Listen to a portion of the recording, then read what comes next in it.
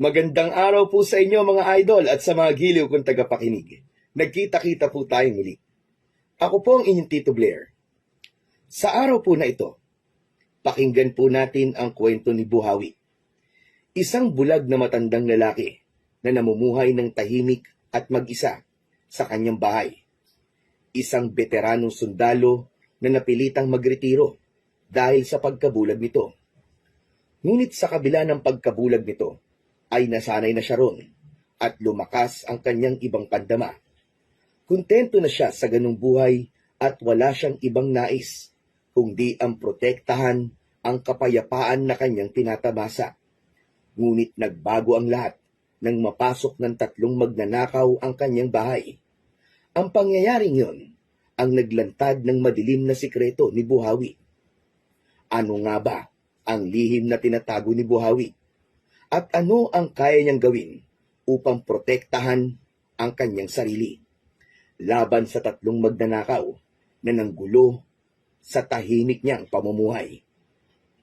Ngunit bago ang lahat mga idol, huwag po nating kalimutan mag-subscribe at i-hit ang notification bell sa aking YouTube channel na The Voice Addict para sa mas marami pang makapigil hiningang kwentong aswang at katatakutan mula sa mundo ng kababalagan.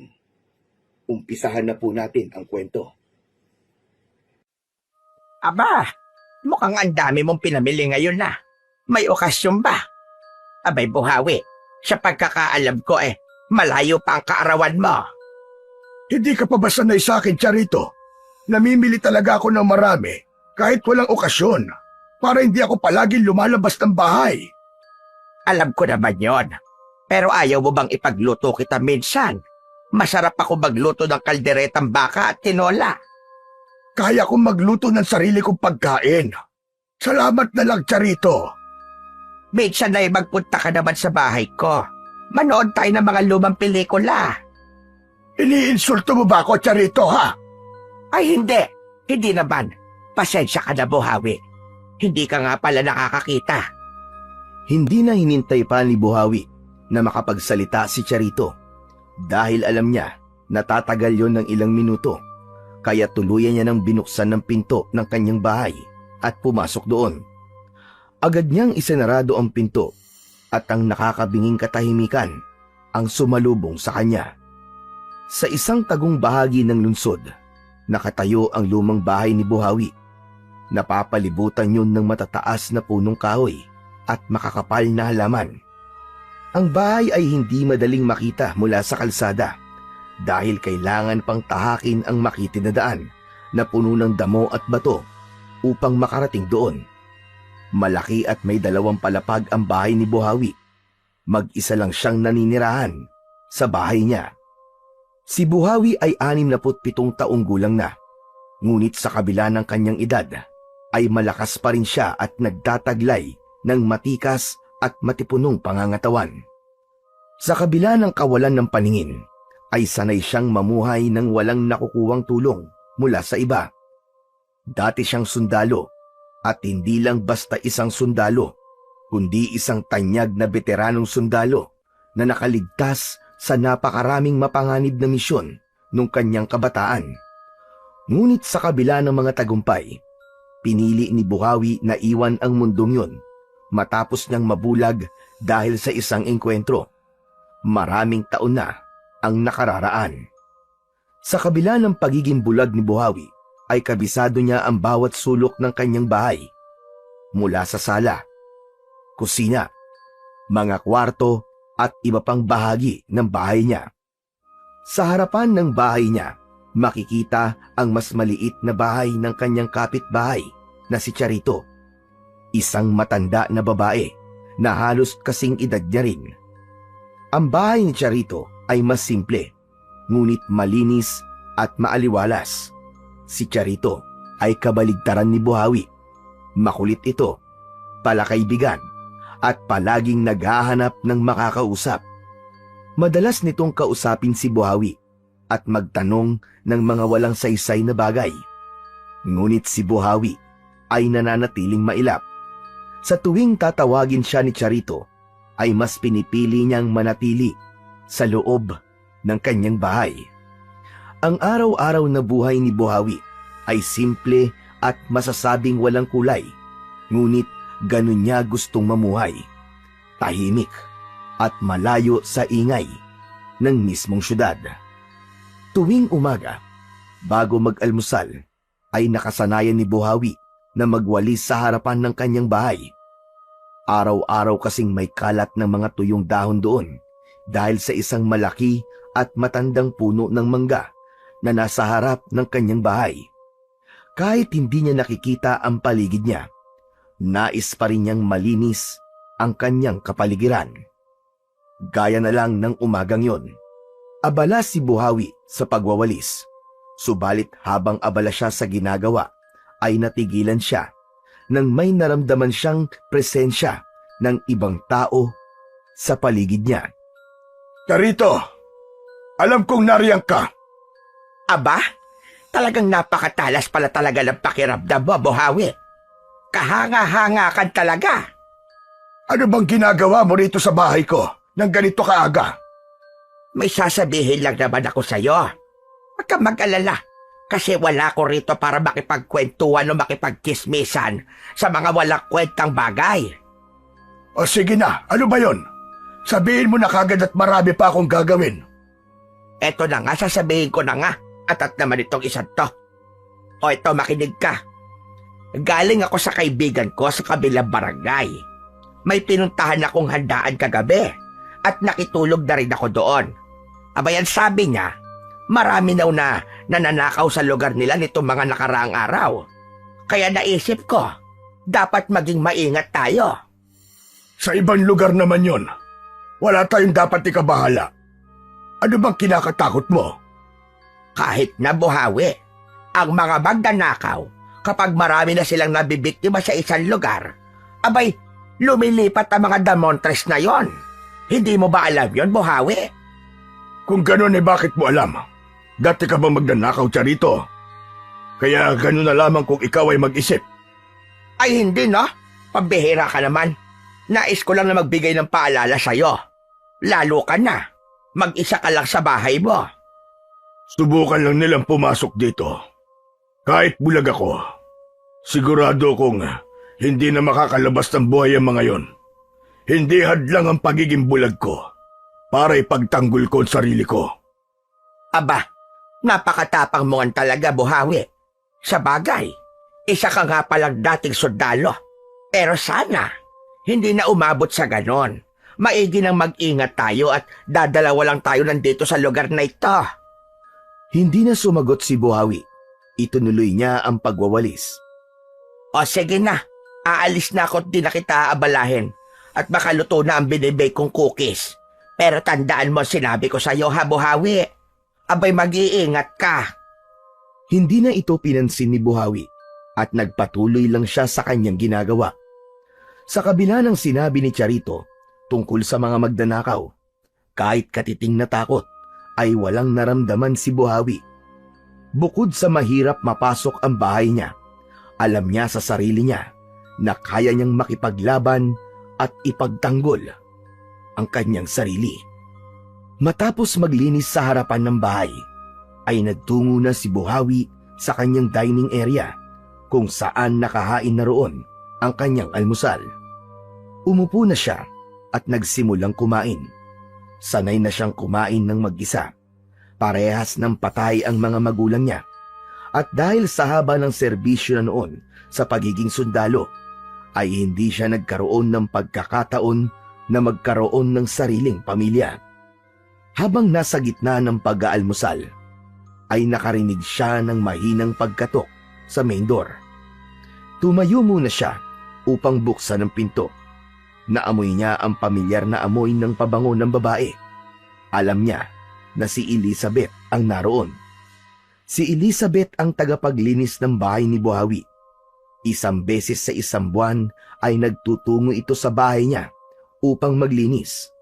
Kahit kasi kabisado niya ang bawat sulok ng bahay niya, ay mahirap pa rin sa kagaya ng bulag ang linisin yun dahil sa laki nun. Elizabeth, nandiyan ka na pala. Tuloy ka.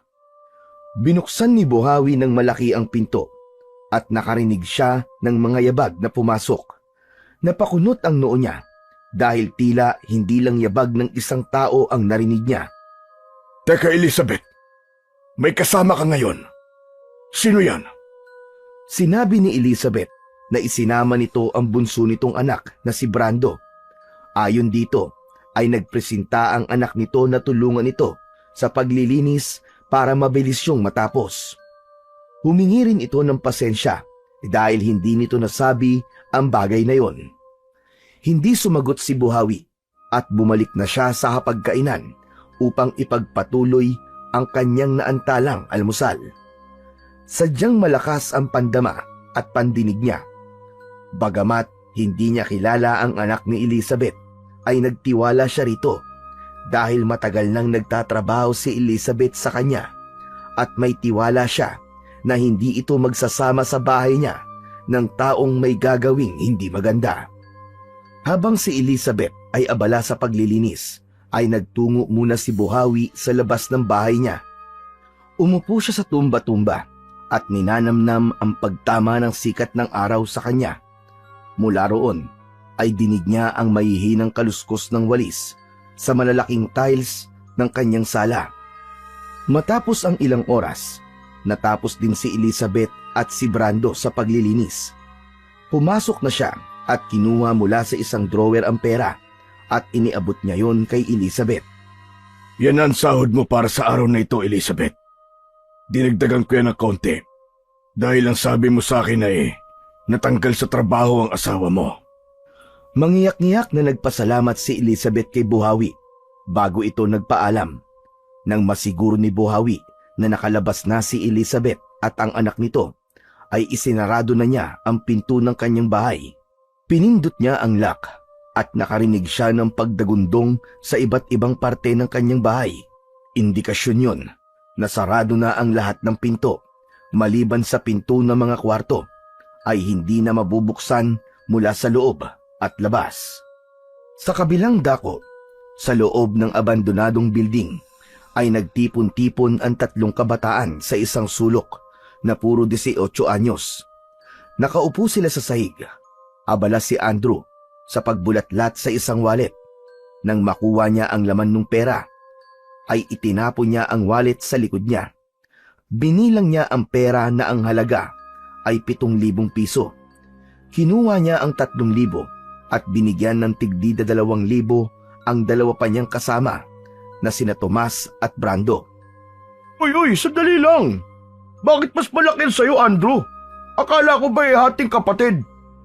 Bakit ha? Kapatid ba kita? Saka akong dumukot ito sa matandang babae kaya natural na mas malaki ang parte ko. Si Andrew ang leader ng grupo. Matangkad ito para sa kanyang edad. Palaging seryoso ang ekspresyon nito. Siya ang pinakamaabilidad sa grupo at ang utak ng kanilang mga plano. Lumaki siyang walang magulang. Iniwan siya ng kanyang ina sa ampunan nung sanggol pa lamang siya at hindi niya kailanman nakilala ang kanyang ama. Sa edad na 15, tumakas siya sa ampunan at nagsimulang mabuhay sa kalsada.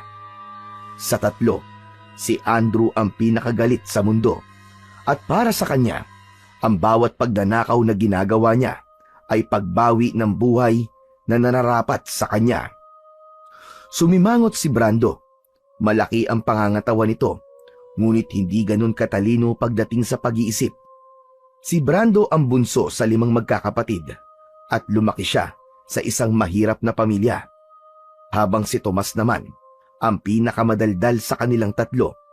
Sa edad na 18, ay mukhang inosente si Tomas, pero sa likod ng maamo nitong muka, ay mahusay itong manlinlang. Pambihira. Dapat kasi pantay-pantay ang parte natin, di ba? Ikaw nga ang dumukot, pero kami ni Tomas ang kamuha sa atensyon ng matandang babae para hindi ka nahabulin. Hoy! Tumigil ka dyan, Brando Kung ayaw mo ng parte mo, akin na lang. Sa totoo lang, masyado kang maraming reklamo Oo, tama na yan. Chill lang kayo. Brando, okay na yan, kesa sa wala. So, anong susunod? Hindi na tayo pwedeng bumalik dun sa lugar na palaging pinagnanakawan natin. Alerto na ang mga tao ron at malaki ang tsansang mahuli na tayo. Dapat tayo magpalamig muna. Isang mahabang katahimikan ang namagitan sa kanilang tatlo. Makalipas ang ilang sandali, ay nagsalita si Brando. Alam niyo ba mga tol? Sumama ako kahapon kay nanay sa bahay ng matandang lalaki na pinaglilinisan niya. Sa tingin ko, napakayaman na matandang lalaki na yon. Tapos, mag-isa lang siya doon sa bahay niya na sobrang laki. Sabi ni nanay, dati raw yung sundalo eh. Ano sa tingin niyo? Yung kaya sunod natin pagnakawan? Ano ka mo? Dating sundalo?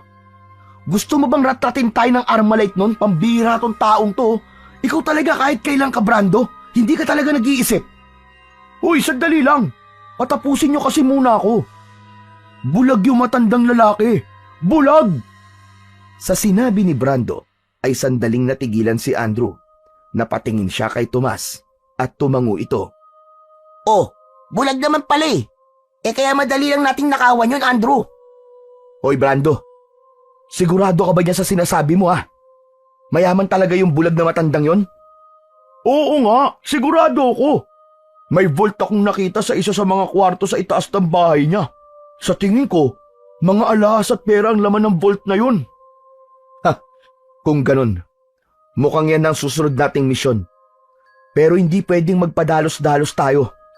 Kailangan natin ng matibay na plano. Kailangan nating malaman ang pasikot-sikot ng bahay at kung paano tayo makakapasok doon. Saka, kailangan natin mapag-aralan muna ang loob ng bahay niya para bukod sa vault, ay alam din natin kung meron pang ibang pwedeng manakaw sa bahay niya. Tama ka, Tomas. Kailangan nating suriin muna ang bahay bago tayo gumalaw. Hoy Brando, ikaw ang gagawa ng unang hakbang. Magtanong-tanong ka sa nanay mo. Alamin mo kung kailan ulit siya pupunta ron at kung anong routine ng matanda. Teka. Hindi ba delikado kung doon ako sa nanay ko magtatanong? Baka makahalata siya eh. Hindi naman alam ng nanay kong ginagawa natin pagnanakaw eh. Kung ganon, tayo mismong kikilos para malaman natin ang mga pwede nating nakawin sa bahay na yon. Nagsimula na silang mag-usap na mga pwede nilang gawin. Si Andrew, bilang leader, ay nagsimula ng ilatag ang mga susunod na hakbang nila. Sa isip niya, mukhang may potensyal na magtagumpay ang pagnanakaw nila na yon, lalo na at isang bulag ang nakatira sa bahay. Sa tingin niya, yun na ang pinakamagiging madaling pagnanakaw na magagawa nilang tatlo. Isang umaga, tahimik na nakaupo si Buhawi sa kanyang paboritong tumba-tumba sa harapan ng kanyang bahay. Hawak niya ang kanyang baston habang bahagyang umaalog ang upuan sa ritmo ng kanyang paggalaw. Maya-maya ay nakaramdam si Buhawi ng presensya ng isang tao. Sumingot siya sa hangin at napasimangot siya nang maamoy ang pabango ni Charito. Charito, kung ano man ang pakay mo ngayon, wala ako sa mood makipag-usap. Gusto kong mapag-isa. Mapag-isa? Abe, palagi ka naman mapag-isa, pambihira ka namang matanda ka. Hoy, Buawi, isang buong araw nang ang hindi ako nagpakita sa'yo, no? Pero hindi naman talaga yan ang dahilan kung bakit ako nandito. Mangyaring may problema kasi ako Ano na naman ang problema mo? Parang hindi ka na nawawalan ng problema. Mangyaring habang nasa mall kasi ako kahapon, may dumukot sa wallet ko. Abe, 7,000 piso ang laman nun. Inipon ko pa yon para sa bayarin ko sa kuryente at tubig. Napahinto sa pag-alog ng tumba-tumba si Buhawi. Nahuli ba kung sino ang kumuha sa wallet mo? Sa kasamaan palad, Buhawi, hindi Pero nakita ko ang dumukot sa wallet ko. Isang binata. Kaya lang nang sisigaw na ako, ay may lumapit sa akin na 2 binata at nagtanong ng direksyon. Abe, para bang nalito ako at hindi nakasigaw. Pero kanina ko lang napagtanto na malamang kasabwat nung nandukot sa akin ang 2 yon. Sa susunod kasi, mag-ingat ka. Protektahan mo mga gamit mo, lalo na sa mga lugar na maraming tao. Hindi natin alam kung kailan aatake ang mga masasamaan loob. Alam mo, Buhawi, kahit minsan matalas ang bibig mo, ay tama ka rin talaga. Pero alam mo, Buhawi, abe, hindi ko na maibabalik ang nawala. Ang mahalaga, Ligtas ako, hindi ba? Hindi sumagot si Buhawi. Bumalik siya sa pag-alog ng kanyang tumba-tumba. Ngunit sa kanyang isipan ay nagpasalamat siya na walang nangyari kay Charito. Kahit naman naiirita siya rito, ay may pakialam pa rin siya rito dahil ito ang nag-iisa niyang kapitbahay. Dumadalas na talaga ang pagnanakaw gayon. Abay, nakakatakot na. Laganap naman talaga ang pagnanakaw kahit saan lugar. Malas lang talaga kapag ikaw ang naging biktima. Sige na, Charito. Makakaalis ka na. Gusto ko talaga mapag-isa. Abay, sandali lang naman, Buhawi. Hindi mo man lang ba ako i-comfort? Abay, bakit? Asawa ba kita? Wala akong oras sa kaartehan mo, Charito. Sige na, umuwi ka na sa bahay mo. At sukit naman ito. Hey! Matanda! Kahit hindi nakikita ni Buhawi si Charito, ay alam niyang inirapan siya nito. Nang marinig niya ang papalayo nitong yabag, ay tumayo na siya at bumalik sa loob ng kanyang bahay. Nang isarado niya ang pinto, ay siniguro niya na nailagay niya ang passcode sa pinto upang walang kahit na sino ang makapasok sa kanyang bahay nang hindi niya nalalaman. Nang sumunod na umaga, habang kumakain ng almusal si Buhawi, ay nakarinig siya ng mahihinang katok sa main door. Tumigil siya at nakinig ng mabuti upang makumpirma kung talaga bang may tao sa labas dahil wala siyang inaasahan na pupunta sa bahay niya sa araw na yon. Nang magpatuloy ang pagkatok, ay tumayo siya at maingat na naglakad patungo sa pinto. Binuksan niya yon at bago pa man magsalita ang taong nasa labas ng bahay niya, ay agad niyang naamoy ang pamilyar na amoy. Elizabeth, anong ginagawa mo rito? Kagagaling mo lang dito ng isang araw, di ba? Ako po to, Ma'am Buhawi. Si Brando po. Kasama ko po si nanay. Napakunot ang noo ni Buhawi. Boses yon ng isang lalaki. O Brando, ikaw ang anak ni Elizabeth, tama ba? Opo. Ako nga po. Ano naman ang dahilan at nandito kayong dalawa ng nanay mo? Kasi po hindi po namin nalinis na maayos yung ibang parte ng bahay niyo nung huling beses kami naglinis dito. Nagmamadali po kasi kami ng nanay ko nung araw na yun dahil walang kasama sa bahay ang kapatid ko may sakit. Kaya naisip po namin ni nanay na bumalik dito ngayon para tapusin po ang paglilinis namin. Pero wag po kayo mag-alala kasi libre na po ito. Wala na po kayong kailangan bayaran. Bahagyang tumaas ang kilay ni Buhawi sa sinabing yun ni Brando. Elizabeth, totoo ba ang sinasabi ng anak mo? Hindi po makapagsalita si nanay ngayon Masakit po ang lalamunan niya at inuubo pa. Ayaw po naming mahawa kayo. Kaya ako na lang po magsasalita para sa kanya. Nanatiling nakatayo si Buhawi sa may pintuan. Alam niyang may kakaiba sa mga sagot ni Brando, pero hindi niya maipaliwanag kung ano. Inisip niya kung dapat bang papasukin ang dalawa, ngunit sa huli, napagdesisyonan niyang hayaan na lang na tapusin ng mga ito ang paglilinis sa kanyang bahay. O sige, kung gusto niyo maglinis ulit, bahala kayo. Basta siguraduhin niyo maayos ang gagawin niyo ngayon. Ayoko ng paulit-ulit na trabaho. Opo, Ma'am Buhawi. Salamat po. Binuksan ni Buhawi ang pinto ng mas maluwag at pinapasok ang mag-ina. Dahil alam ni Buhawi na kasama ni Brando si Elizabeth, ay hinayaan na lang niya na gawin ng dalawa ang dapat gawin ng mga ito. Bumalik siya sa dining area upang tapusin ang kanyang almusal. Hindi makapaniwala si Brando na magagawa nilang linlangin si Buhawi para makapasok sila ni Tomas sa bahay nito. Dahil nung unang beses na nakapunta siya sa bahay na yon, ay napansin niya na nakilala agad ni Buhawi ang nanay niya dahil sa pabango nito. Kaya pinagamit niya si Tomas ng pabango ng kanyang ina upang nang sa ganon ay mapagkamalan ni Buhawi na si Tomas ay ang nanay niya. Tahimik silang umikot ng bahay at inisa-isa ang mga silid. Napansin nila na karamihan ng mga gamit na naroon ay mabibigat. Napunta sila sa ikalawang palapag kung saan nahanap nila ang kwarto na sinabi ni Brando Sa isang sulok ng silid ay naroon ang may kalakihan na vault. Ayun! Tama ka nga, Brando. May vault talaga dito. Lumapit si Tomas at tinapik ang vault. Napailing ito. Mukhang mabigat at matibay ito, pare.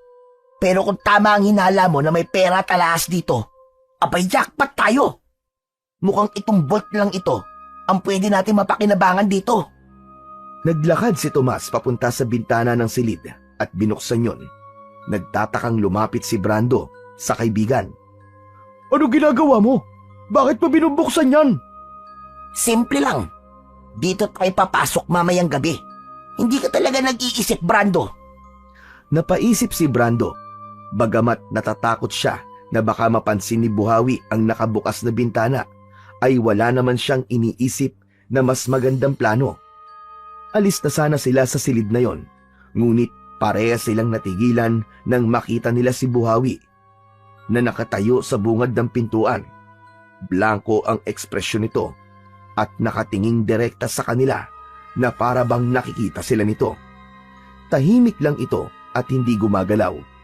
Hindi nila alam kung gaano nakatagal tong nakatayo roon o kung narinig ba nito ang kanilang mga pinag-usapan. Humabog ng malakas ang dibdib ni Brando at hindi siya makagalaw sa kinatatayuan. Anong ginagawa niyo rito sa silid na ito?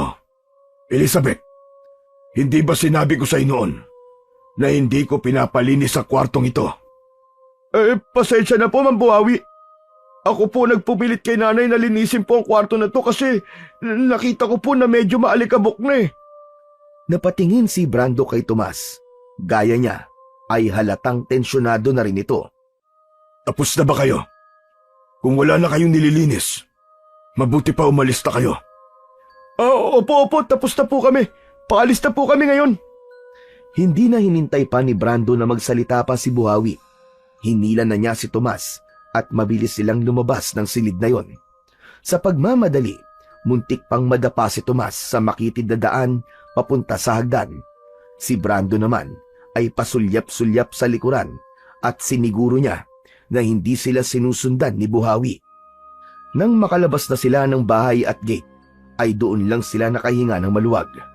Malalaki ang hakbang na naglakad ang dalawa palayo sa bahay ni Buhawi. Grabe! Kinabahan talaga ako dun, tol. Ako nga rin eh. Pero, narinig niya kaya tayo? Sa tingin ko hindi naman. Mukhang kakarating lang niya nung nakita natin siya. Sana nga. Pero kinakabahan talaga ako, Tomas. Ano kaya kung wag na nating ituloy ang pagnanakaw natin sa bahay ni Mang Buhawi? Pambihira. Ngayon mo pa talaga naisipan na umatras kung kailan nag-effort na tayong pasukin ang bahay niya? Ito talagang taong to. Puntahan na nga lang natin si Andrew at sabihin sa kanya mga nakita natin. Wala nang nagawa si Brando kung di ang sumunod kay Tomas. Hindi niya alam, pero tila may kakaiba siyang naramdaman kay Buhawi. Pakiramdam niya, sa kabila ng pagiging bulag nito, ay malakas pa rin ang pakiramdam at pandinig nito at baka yun pa ang maging problema nila kapag itinuloy nila ang kanilang plano. Mabilis na nakabalik sina Brando at Tomas sa lumang building na nagsisilbing meeting place nilang magkakaibigan. Nakita nila si Andrew na nakaupo sa gilid ng bintana habang naninigarilyo. Agad na lumapit ang dalawa kay Andrew. Oh, anong balita? Gumana ba ang plano mo, Brando? Oo, tol. Nakapasok kami sa bahay ni Mang Buhawi. Ayos! Minsan pala may silbi rin niyang utak mo eh. O ano? Ano nakita nyo? Jackpot, pare. Totoo nga may bolt sa bahay ng matandang bulag. Sigurado ako na jackpot tayo kapag nakuha natin ang laman nun. Paano pala tayo makakapasok doon mamayang gabi? Wala na tayong problema, tol. Ako na gumawa ng paraan. Binuksan ko yung isang bintana sa kwarto kung saan nakalagay yung bolt. Doon tayo papasok mamayang gabi. Hindi natin kailangan dumaan sa front door. Ang kailangan lang natin ay isang hagdan. Tumango si Andrew.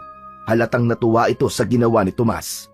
Umalis ito sa pagkakaupo sa bintana at hinampas ng malakas ang balikat ni Tomas. Ang galing mo talaga, Tomas! Ganyan ang kailangan ko sa grupo. Andrew, O bakit? Ano kaya kung wag na lang natin ituloy ito? Parang parang kinakabahan ako eh. Anong sinabi mo? Ulitin mo nga.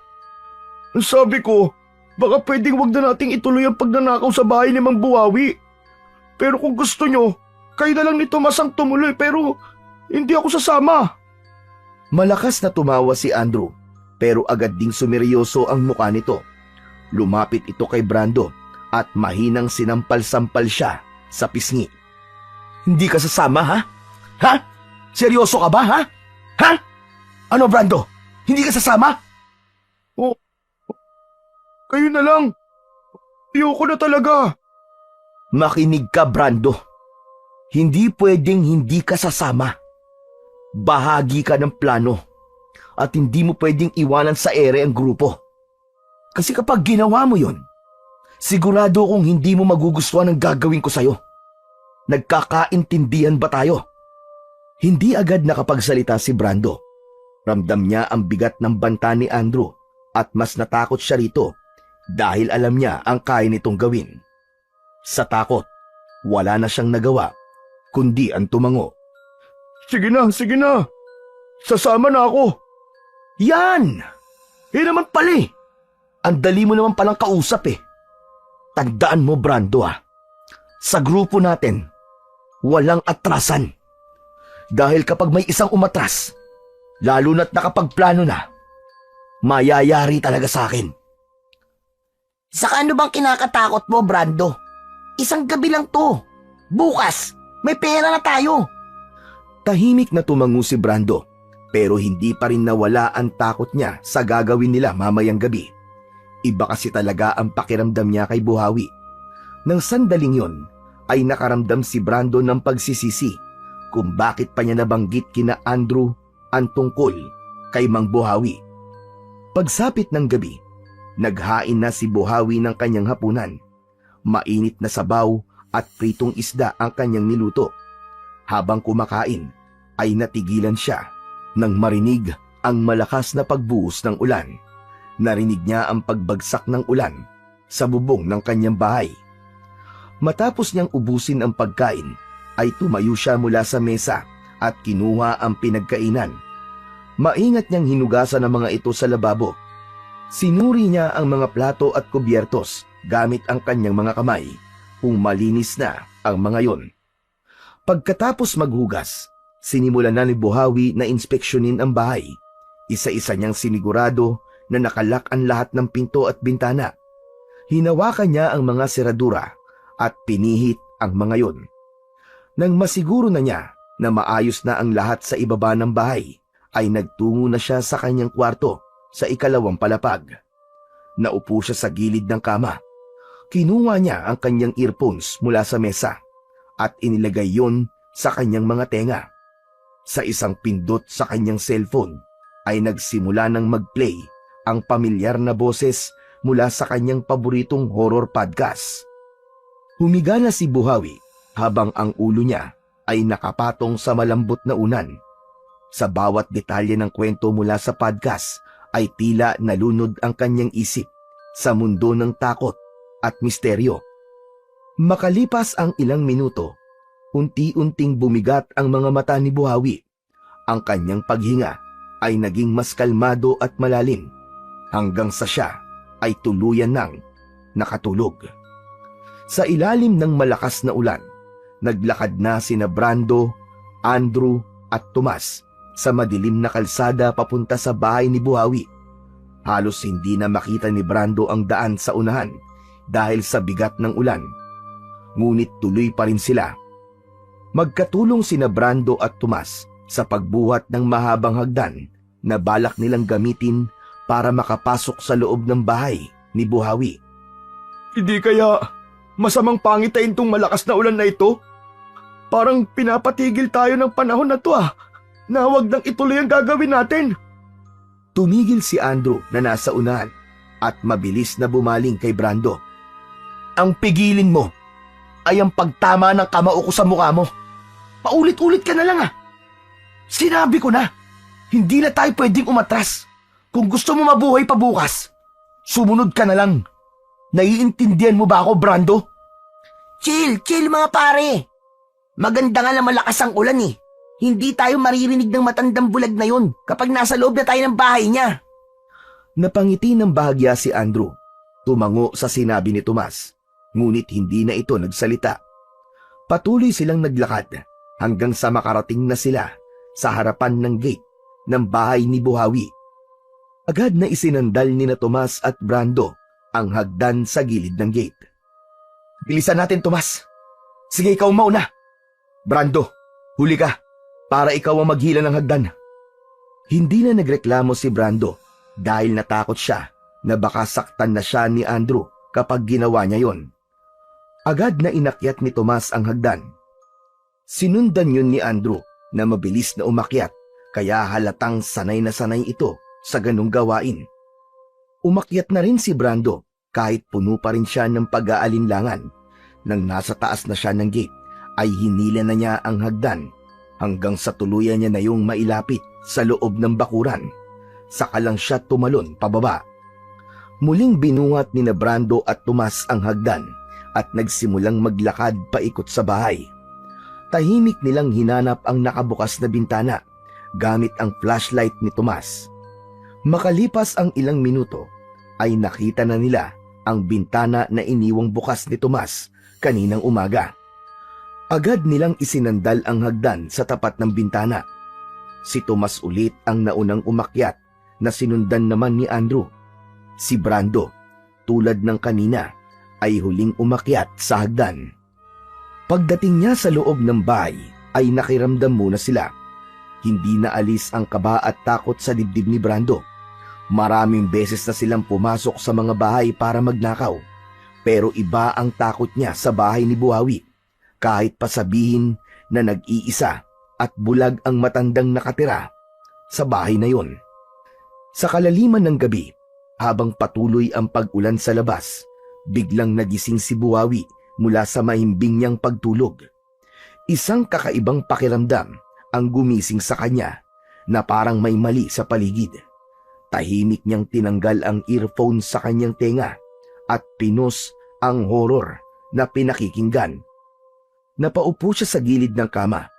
Hindi siya gumalaw at pinakiramdaman niyang mabuti ang bawat tunog sa bahay.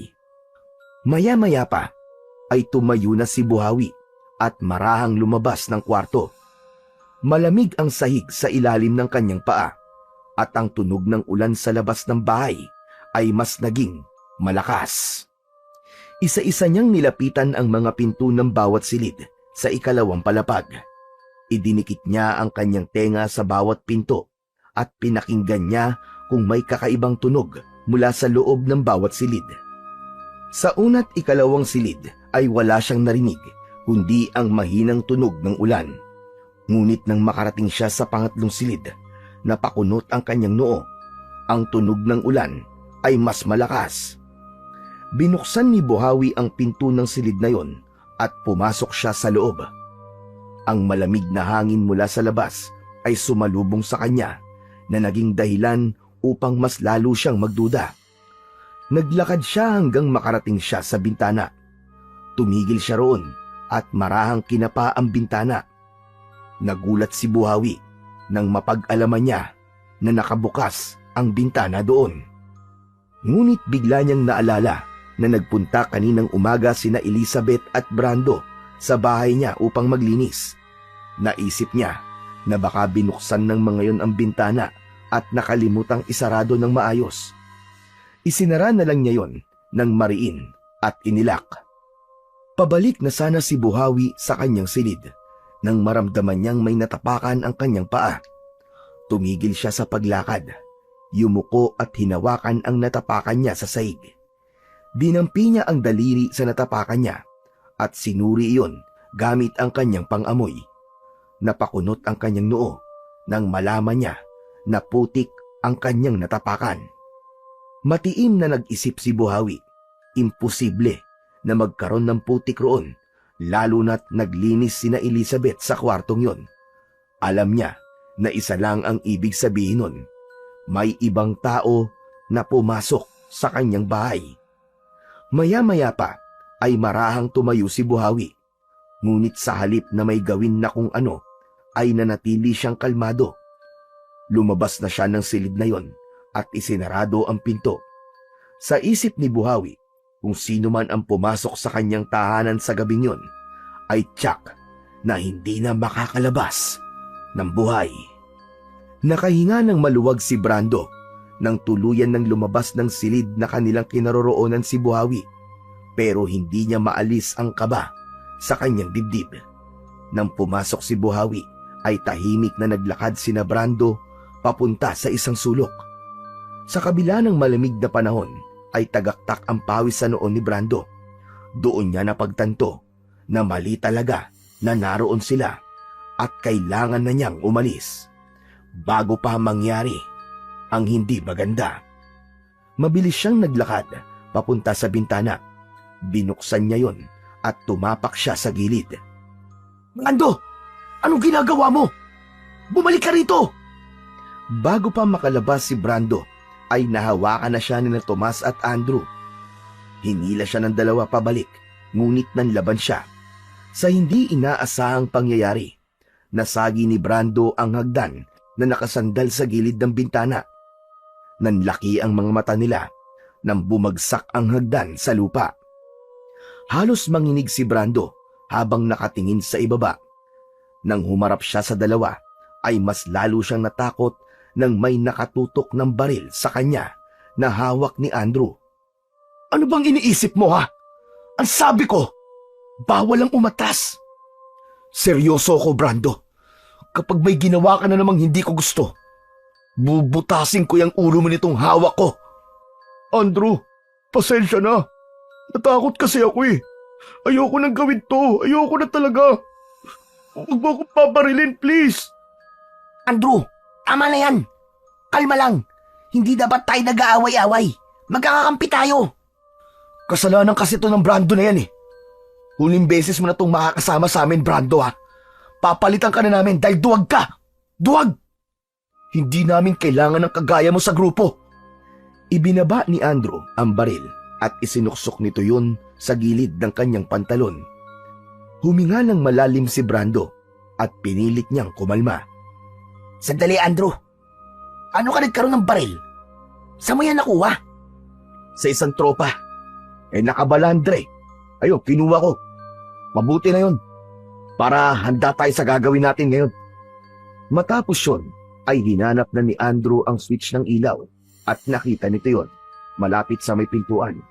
Nang pindutin nito ang switch, ay bumaha ang liwanag sa buong kwarto at doon na nila nakita ang vault na nasa isang sulok.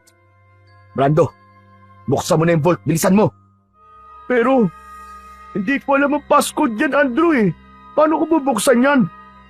Biglang inilabas ni Andrew ang baril at itinutok yon sa mukha ni Brando. "Gawan mo ng paraan! Ngayon na!"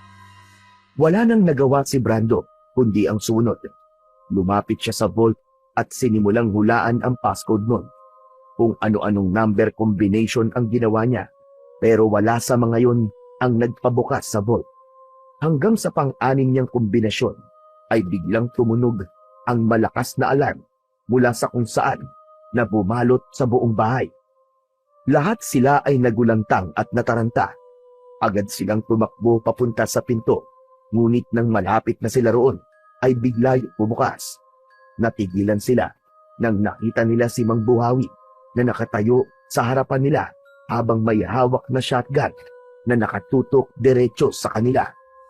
Walang sinabi si Mang Buhawi, sa halip agad itong nagpaputok. Mabuti na lang ay mabilis na nakaiwas sina Brando at walang tinamaan ni isa sa kanila. Halos maiyak na si Brando sa labis na takot hanggang sa nakita niyang itinutok ni Andrew ang baril nito kay Mang Buhawi. Walang pag-aalinlangan na pinalabit nito ang gatilyo at pumailan lang ang malakas na putok ng baril. Dumaplis ang pinakawalang bala ni Andrew sa kaliwang tenga ni Mang Buhawi. Bumagsak si Buhawi sa sahig habang hawak ang tenga na dumudugo. Mabilis na lumapit si Andrew kay Mang Buhawi at hinampas nito ng baril ang ulo ng matandang bulag. Nawalan ng malay si Mang Buhawi sa lakas ng pagkakahampas ni Andrew. Natigilan sina Brando at Tomas at natulala sa kanilang nakita. Andrew! Bakit mo siya sinaktan? Oo nga naman, tol. Hindi naman tayo nananakit, di ba? Nagnanakaw lang tayo. Hindi ba kayo nag-iisip? Nakita niyo na may shotgun siya, di ba? Gusto niyo bang tayo ang patay ng bulag na hayop na matandang yan? Oh, ano bang tinutunga-tunga nyo? Kumuha na kayo ng pantali habang wala pa siyang malay. Mabilis na naghanap sina Brando at Tomas ng bagay na pwede nilang ipangtali kay Buhawi. Nakakita si Tomas ng isang extension cord na walang nakasakta. Inuha nito yon, ibinigay kay Andrew. Kinuha ni Andrew ang extension cord at sinimulan nitong itali ang mga kamay ni Buhawi sa likod at isinunod naman nitong itali ang mga paa ng matandang bulag. Pinagtulungan ni na Andrew at Tomas na hilahin ang walang malay na si Mang Buhawi papasok sa isang kwarto. Si Brando naman ay nanatiling tahimik sa isang sulok habang hindi makapaniwala sa nangyayari. Maya-maya pa ay inabot ni Andrew ang baril nito kay Tomas at kinuha ang shotgun na nabitiwan ng matanda kanina. Ako na ang gagamit nito. Hanip? Ang laki nito ah. Disabog. Teka, Andrew. Hindi ako marunong gumamit ng baril. Basta, gamitin mo lang kapag kinakailangan. Itutok mo, tapos pindutin mo yung gatilyo. Hindi pa rin magawang makagalaw ni Brando mula sa kanyang kinatatayuan. Tuluyan na siyang nilamon ng kaba at takot. Sa kanyang isip, nagdarasal siya na sana ay matapos ang gabing yun nang hindi sila napapahamak. Lumipas ang ilang minuto at pare-parehas na hinintay ni na Brando na muling magkamalay si Buhawi. Nakaupo si Andrew malapit sa vault habang si Brando ay nasa isang sulok habang nakatayo. Kinakagat niya ang kuko sa kamay dahil sa labis na tensyon. Hindi niya inaalis ang tingin kay Mang Buhawi. Kanina ay sinabi ni Andrew na hihintayin nilang magising si Buhawi at sa kanila itatanong dito kung ano ang passcode ng vault. Makalipas ang ilang minuto ng paghihintay, gumalaw na si Mang Buhawi. Dahan-dahang dumilat ang mga mata nito at isang mahinang ungol ang kumawala sa bibig nito. Mabilis na tumayo si Andrew at kinuha ang shotgun. Nakaramdam ng kaba si Brando nang lapitan ni Andrew si Mang Buhawi. Buti naman at nagising ka na, tanda. Kinasan ni Andrew ang shotgun at itinutok ang dulo nun sa likod ng ulo ni Mang Buhawi. Ang malamig na bakal ay dumampi sa matanda, ngunit nanatili itong tahimik at kalmado. Ano ang passcode ng vault? Sabihin mo na kung ayaw mong kumalat ang utak mo sa kwartong to. Hindi sumagot si Mang Buhawi. Nanatili itong tahimik na parang hindi alintana ang banta ni Andrew. Napuno ng tensyon ang silid. Nagpalitan ng tingin sina Tomas at Brando na parehong kinakabahan sa ginagawa ni Andrew. Hoy, matandang bulag! Kapag hindi mo sinabi, pasasabugin ko talaga ang ulo mo. Sabihin mo na! Ano ang passcode ng vault? 419800. Tumingin si Andrew kay Brando at inginuso nito sa kanya ang vault. Agad namang kumilos si Brando at nanginginig ang buong katawan na nilapitan ang vault. Nagsimula siyang i-enter ang mga numerong binanggit ni Mang Buhawi at siniguro niyang tama yon. Nang pindutin ni Brando ang huling numero ay na-unlock ang vault. Maraan niyang binuksan ang pinto ng vault, ngunit sa pagbukas niya nun ay natigilan siya. Walang laman ang vault. Wala kahit pera, alahas o kahit na anong bagay na pwede nilang mapakinabangan. Ano na? Kunin mo na ang laman yan para makaalis na tayo dito. Bagal mo naman. Tol, walang laman. Walang laman ang vault. Ano ba sinasabi mong walang laman? Naglakad sina Andrew at Tomas papunta sa vault at nagulat ang dalawa nang makita na nagsasabi ng totoo si Brando. Galit na binalikan ni Andrew si Buhawi at muli nitong itinutok sa matandang bulag ang shotgun. Ano to ha? Ano to, Buhawi? Niloloko mo ba kami? Hindi sumagot si Mang Buhawi. Sa kabila ng sitwasyon, nanatili itong tahimik na parang wala itong takot na nararamdaman. Sa pagkakataon na yon ay tumayo na si Brando at muli siyang inatake ng labis na pagkabahala. Nagpalakad-lakad siya ng pabalik-balik sa iisang direksyon. Sabi ko na mali! Mali itong ginagawa natin! Umalis na lang tayo dito! Natigilan silang lahat nang narinig nila ang mahinang pagtawa ni Buhawi. Mabagal at mababa ang tawa nito, ngunit nagdulot yun ng kakaibang kilabot kina Brando. Hoy tanda! Ba't ka tumatawa ha? Ano nakakatawa? Ano bang iniisip nyo? Na may laman ang vault na yan? Na mga pera at alahas? Wala kayong makikita dyan. Kung wala dyan, nasaan ang pera mo? Nasaan ang mga alahas mo? Nasa bangko ang pera ko. Lahat ng alahas ko nasa isang storage unit na malayo rito.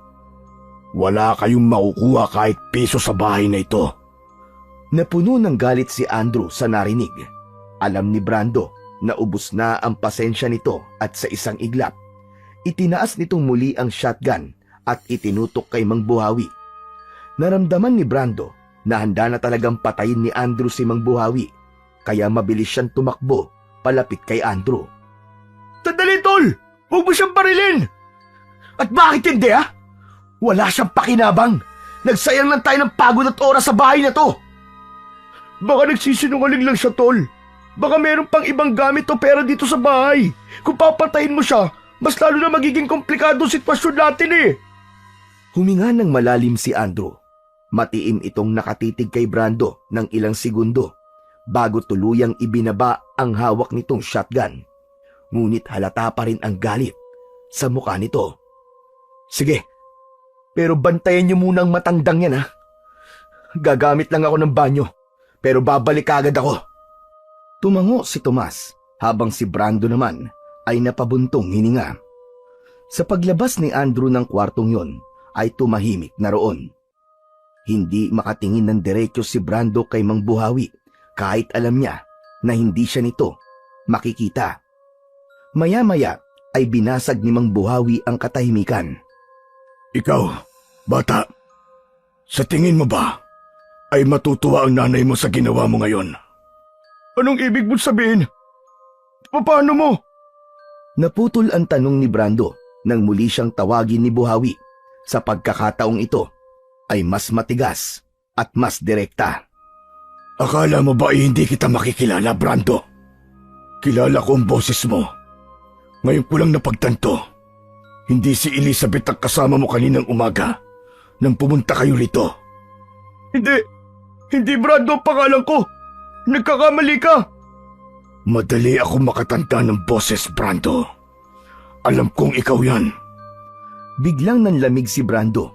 Napatingin siya kay Tomas habang namumutla ang buo niyang pagmumuka. Lumapit siya kay Tomas. Anong gagawin natin? Nakilala niya ako. Alam niya kung sino ko. Chill ka lang. Relax lang, pare. Hindi pwede mag-chill-chill lang ako. Kilala niya ako, tol. Kilala niya ako. Relax ka nga lang. Hintayin natin si Andrew na bumalik. Sigurado ako na meron siyang plano para sa problema mo. Tumango si Brando at umasa siya na merong magandang plano na maiisip si Andrew. Ganun pa man, mas lalo niyang napatunayan na hindi basta-basta si Mang Buhawi at inamin niya sa kanyang sarili na masyado nilang minaliit ang pagiging bulag nito. Alam niyo ba, nagkamali kayo ng bahay na pinasok. Biglang napalunok si Brando sa sinabing yon ni Mang Buhawi. Maikli lang yon, pero nagdulot yon ng matinding kilabot sa buo niyang katawan. Hanggang sa nakita nila ang isang bagay na hindi ka panipaniwala. Ang anyo ni Buhawi ay unti-unting nagbago. Nagbago ang kulay ng balat nito. Ang katawan nito ay bahagyang naging mas malaki. Naging mahaba at matutulis ang mga kuko nito. At ang mukha nito ay naging parang sa isang napakabangis na halimaw. Napaatras sina Brando at Tomas nang mapagtanto nila na si Mang Buhawi pala ay isang aswang. Pakiramdam nila ay tumigil ang mundo nila ng mga sandaling yon. Mas lalo pa silang natakot nang walang kahirap-hirap na nakawala si Mang Buhawi mula sa pagkakatali nito. Biglang sumugod si Mang Buhawi sa kanila na para bang alam nito kung saan sila nakatayo. Napasigaw si Tomas at mabilis nitong pinaputukan ng baril si Mang Buhawi. Ngunit mabilis si Mang Buhawi. Tumalon ito ng mataas at mabilis na nakaiwas sa bala. Ang lakas ng ingay ng putok ng baril ay yumanig sa buong kabahayan. Bago pa man makapagpaputok ulit si Tomas, mabilis na lumabas ng kwarto si Buhawi. Saglit na nanatiling tahimik ang dalawa at pareho silang hindi makapaniwala sa kanilang nakita. Halos mapayakap naman sina Brando at Tomas sa isa't isa sa gulat nang pumasok si Andrew at malalaki ang hakbang na lumapit sa kanilang dalawa. Bakit kayo nagpaputok ng baril? Oh, nasan yung matandang yun? Hindi ba sabi ko'y bantayan nyo? Bakit yung pinakawalan? Andrew, hindi ka maniniwala sa sasabihin namin. Pero si Mang Buhawi, aswang siya. Isa siyang aswang. Bigla siya naging aswang at tumakas siya. Niloloko mo ba ako, ha? Anong aswang? Ano ka, bata? Hoy, Tomas, nasan yung matandang yon? Totoo sinasabi ni Brando, Andrew. Naging aswang yung matandang bulag. Tigilan niyo nga ako sa mga aswang-aswang na yan. Akala niyo maniniwala ako sa kwento niyo? Aswang? Ano to? Kwentong katatakutan? Tigilan niyo ako dahil kapag nabisit ako sa inyo, babariling ko kayo. Andrew, hindi mo naiintindihan eh. Maniwala ka sa amin. Kailangan na nating umalis dito bago pa tayo patay na matandang aswang na yon. Nakita namin. Hindi siya tao. Aswang siya. Aswang! Tumigil ka, Brando, ha? Kanina pa ako napipikon sa'yo. Hindi tayo aalis dito nang walang nakukuha. Hindi ako papayag na mapupunta sa wala lahat ng pagod natin para makapasok sa bahay na to. Kung ayaw mo umalis, ikaw na lang ang maiwan dito. Hindi ko na talaga kaya. Kung hindi mo kami papayagang umalis, bahala ka na sa buhay mo. Tama si Brando. Aalis na rin ako. Bahala ka na rito, tol. Kung gusto mong pakamatay. Wala na akong pakialam kahit na magalit ka pa. Ngunit bago pa man makakilos sina Brando, ay biglang kinuha ni Andrew ang baril mula kay Tomas at itinutok ang shotgun sa kanilang dalawa. Kapwa natigilan sina Brando at Tomas. Andrew! Tol! Wala namang ganyanan. Ibaba mo ang baril. Magkakaibigan tayo. Huwag niyo akong subukan. Kayang-kaya ko kayong patayin at wala akong pakialam kung matagal na tayo magkakasama at magkakaibigan. Kapag hindi kayo sumunod sa gusto ko, hindi ako magdadalawang isip na tapusin ang mga buhay niyo. Bakit ba ayaw mo makinig sa amin? Aswang si Mang Buhawi, tol. Papatayin niya tayo dito. Aswangin niyo ang mukha niyo. Basta hindi tayo aalis nang wala tayong nakukuha. Hahanapin natin si Mang Buhawi. Sigurado ako nandito pa siya sa loob ng bahay. Alam ko may tinatago siya rito na mapapakinabangan natin. At hindi tayo titigil hanggat hindi natin nakukuha ang pakay natin dito. Napatingin si Brando kay Tomas. Pareho silang takot at walang magawa. Ramdam ni Brando na hindi nagbibiro si Andrew na handa sila nitong patayin sa sandaling suway nila. Kaya naisip niya na wala na silang ibang pagpipilian kundi ang sumunod. Okay, sige na. Susunod na kami sa'yo. Pero please lang, huwag mo nang itutok sa amin ang shotgun. Susundin na lang namin ang gusto mo. Yan! Ganyan! Susunod din naman pala kayo eh. Ang dami nyo pang drama. O sige ngayon, hanapin na natin si Mang Buhawi. Wala nang nagawa sina Brando at Tomas kundi sumunod sa kanilang leader na si Andrew. Bakas sa mukha nila ang takot at pagsisisi sa pagpasok nila sa bahay ni Mang Buhawi. Ngunit alam nilang wala na silang ibang magagawa pa kundi ang sumunod sa lahat ng gusto ni Andrew dahil tila hawak na rin ito ang kanilang mga buhay. Agad na nagsimula ang tatlo sa paghahanap kay Mang Buhawi. Isa-isa nilang binuksan ng mga ilaw sa loob ng bahay upang mas madali nila itong mahahanap. Pagdating nila sa sala ay huminto muna sila at luminga sa paligid. Hindi magawang alisin ni Brando sa isip niya ang nakakatakot na itsura ni Mang Buhawi nang mag-anyong aswang yon kanina. Andrew, mukhang hindi na natin siya mahahanap. Umalis na lang tayo. Tumahimik ka, Brando ah. Hahanapin natin siya. Tigilan mo nga yung kaartehan mo. Ngunit bago pa sila nakagalaw muli, biglang namatay ang lahat ng ilaw sa buong bahay. Binalot ng kadiliman ang kanilang paligid. Natigilan ang tatlo at pare-pareho silang hindi gumalaw habang pinakikiramdaman ang kapaligiran. Napaatras si Brando nang mula sa kung saan ay narinig nila ang isang malalim at malakas na pag-angin na parang nagmula sa isang mabangis na hayop. Narinig mo yun, Andrew? Si Mang Buhawi yun.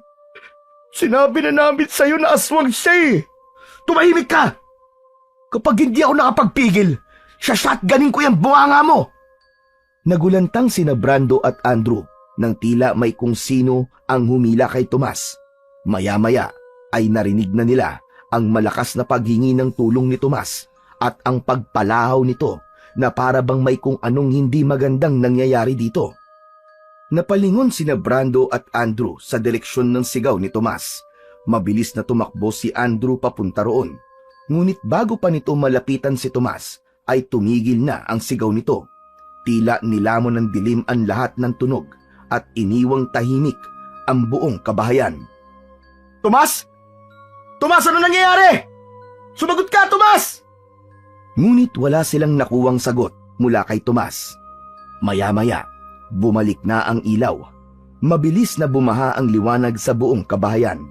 Napatingin sina Brando at Andrew sa kinaroroonan ni Tomas at doon nila nakita ang bangkay nito na nakahandusay sa sahig. Ang katawan ni Tomas ay wala ng buhay. Wakwak ang tiyan nito. Ang mga lamang loob ay nagkalat sa paligid. Puno ng malalalim na kalmot at kagat ang iba't ibang bahagi ng katawan nito na animoy nilapa ito ng mabangis na hayop. Ang mga mata ni Tomas ay nakabukas ng malaki. Diyos ko! Si Tomas, patay na siya! Ayoko na! Alis na ako dito! Ayoko pa mamatay, Andrew! Doon na tuluyang nilukob ng labis na takot si Brando. Natataranta siyang tumakbo papunta sa main door. Pilit niyang binuksan ang pinto. Ngunit kahit na anong gawin niya, ay hindi niya yon nagawang buksan. Maging ang mga bintana ay ganun din. Parang lahat ng daanan palabas ng bahay ay sinadyang isara. Hindi na tayo makakalabas dito ng buhay! Mamamatay na tayo dito, Andrew! Mamamatay na tayo dito! Mabilis na lumapit si Andrew kay Brando at binigwasan siya nito ng malakas na suntok sa muka. Bumagsak si Brando sa sahig at hinawakan niya ang dumudugong nguso. Nagtataka siyang napatingin kay Andrew habang unti-unti siyang tumayo. Ang ingay mo! Kumalma ka nga, Brando! Para ang babaeng putak ng putak! Paano ka kakalma? Sabihin mo nga! Paano ako kakalma, Andrew? Patay na si Tomas! Patay na siya! Wala na siya! Sinabi ko naman sa'yo, totoong aswang si Mang Buhawi. Siya ang pumatay kay Tomas. Kailangan na nating umalis dito, Andrew. Kung hindi, magagaya tayo kay Tomas. Hindi tayo aalis dito. Kung si Mang Buhawi nga ang pumatay kay Tomas, hindi pwedeng hindi tayo makaganti. Kailangan natin siyang patayin. At kapag napatay na natin siya, malaya na nating mahahalugog ang bahay niya sa mga pwede nating nakawin. Ano ba, Andrew? Hindi ka ba talaga nag-iisip? Talagang pagnanakaw pa rin na nasa utak mo. Hindi mo ba naiintindihan? Aswang si Mang Buhawi. Hindi natin siya kaya. Mabilis at malakas siya. Alam mo ba? Para tayong mga daga na pumasok sa kulungan ng isang gutom na leon. Pagpapakamatay itong ginagawa natin. Hindi tayo makakaalis dito ng buhay. Wala akong pakialam kung aswang siya, leon o kung anumang halimaw. Basta kailangan nating ipagiganti si Tomas. Hindi tayo aalis dito ng ganun-ganun lang. Biglang kinuha ni Andrew ang baril na nasa kamay pa ng bangkay na si Tomas at iniabot yun kay Brando. O ito, hawakan mo to. Ano gagawin ko dyan? itutok mo sa ulo mo at iputok mo. Ano? Talaga magtatanong ka pang sira ulo ka kung anong gagawin mo sa baril? Malamang gamitin mo para protektahan ang sarili mo, gunggong! Ayoko nang marinig ang drama mo, Brando, ah! Ayoko na! Napagtanto ni Brando na kung hindi sila aalis sa bahay na yon, ay kailangan niya ng bagay na magagamit niya para protektahan ang kanyang sarili. Kaya kahit walang alam sa paggamit ng baril, ay kinuha niya yon mula kay Andrew. Nanginig ang mga kamay niya habang hawak ang baril. Pinilit niyang lunukin ang takot na bumalot sa buong katawan niya. Sa kabila ng kanyang pag-aalinlangan, alam niyang wala siyang magagawa. Alam niya na desidido talaga ito na patayin si Mang Buhawi at pagnakawan ang bahay nito. Inayos ni Andrew ang pagkakahawak sa shotgun at muling tumingin sa paligid. Si Brando naman ay nanatiling nakatayo habang hawak ang baril. Mula sa isa sa mga silid sa ikalawang palapag, ay nakatago si Mang Buhawi na nasa anyong aswang pa rin. Tahimik siyang nakinig sa usapan ni Brando at ng kasama nito na nalaman niyang Andrew ang pangalan base sa pag-uusap ng dalawa. Ang kaba at takot sa boses ni Brando at Andrew ay nagbigay sa kanya ng kakaibang kasiyahan. Hindi napigilan ni Mang Buhawi ang mapangiti ng malaki. Matagal na siyang hindi pumapatay ng tao bilang aswang. Matagal na niyang kinalimutan yun at gusto niyang mamuhay na lamang ng tahimik. Malayo sa ingay ng mundo at higit sa lahat, malayo sa pagpatay. Ngunit iba na ang sitwasyon ng sandaling yun. Alam ni Mang Buhawi na wala siyang ibang pagpipilian kundi ang ipagtanggol ang kanyang sarili. Ang tatlong magnanakaw na pumasok sa kanyang bahay ay banta hindi lamang sa kanyang tahimik na buhay, kundi sa mismong pagkatao niya. Pinili niyang kontrolin ang pagiging aswang sa loob ng maraming taon. Ngunit sa gabing yun ay wala na siyang nagawa, kundi muling ilabas ang natutulog na halimaw sa pagkatao niya. Sa sala ng bahay ni Mang Buhawi ay palakad-lakad si Brando at iniwasan niyang tingnan ang bangkay ni Tomas sa isang sulok. Napahinto siya sa paglalakad nang may maramdaman siyang kakaiba sa paligid. Pakiramdam niya ay merong nagmamasid sa kanila ni Andrew. Tumingala si Brando at nanlaki ang kanyang mga mata sa takot nang makita niya ang aswang na nakatayo sa balcony. Nakangisi yun sa kanila. Andrew! Nasa itaas siya! Ang aswang! Mabilis na bumaling si Andrew sa itaas at nang makita nito ang aswang, ay agad nitong itinutok doon ang shotgun at nagpakawala ng isang putok. Ngunit napakabilis ni Mang Buhawi na iwasan nito ang bala. Tumalon ito mula sa balcony at bumagsak sa hagdanan. Mabagal na humakbang pababa ang aswang at dinig nila ang bigat ng mga paa nito. Mas mabuti siguro natitirin niyo ang bala niyo. Kahit bulag ako, hindi niyo ako matatamaan yan. Walang yakang aswang ka! Pinatay mo si Tomas! Wala kang karapatang gawin yun, hayop ka! Walang karapatan? Bakit kayo? May karapatan ba kayong pumasok sa isang bahay na hindi naman sa inyo? Ayokong pumatay, pero pinilit niyo ako. Pinilit niyo akong gawin ito. At anong gusto niyo gawin ko? Dapat ba na habang ninanakawan niyo ang bahay ko, ay wala lang akong gagawin? Nahayaan ko kayong pumasok at magnakaw? At tumakas na parang walang nangyari, ganun ba? Muli, ngumisi si Buhawi at ang anyo nito ay mas lalo lamang naging nakakatakot. Sisiguraduhin ko na hindi kayo makakalabas ng buhay dito. Susunod na kayo sa kasama nyo at magkikita-kita na lamang kayo sa impyerno. Hindi na napigilan pa ni Brando ang mapaiyak at mapahagulgol dahil sa pakiramdam niya ay katapusan niya na ng gabing yun. Napaluhod siya at hindi siya nagdalawang isip na magmakaawa habang nakatingin kay Mang Buhawi. Parang awa niyo na po. Hayaan niyo na po kami makaalis. Nangangako po kami na hindi namin sasabihin sa kahit na kanino tungkol sa inyo. Hindi namin ipapakalat na isa kayong aswang. Hayaan niyo lang po kami makalabas ng buhay rito. Brando, ano bang ginagawa mo? Tumayo ka nga dyan! Huli na, para magmakaawa ka. Buo na ang desisyon kong patayin kayong dalawa. Kung ayaw niyong magtagumpay ako, gawin niyo ang lahat para patayin ako. Pero sa tingin ko, ay hindi yun mangyayari.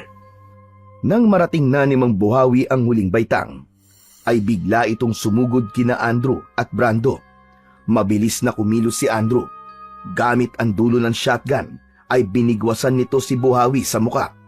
Tumama ang dulo ng baril sa panga ng aswang, dahilan upang mapaatras ito ng bahagya. Ano ha? Akala mo hindi kita kaya?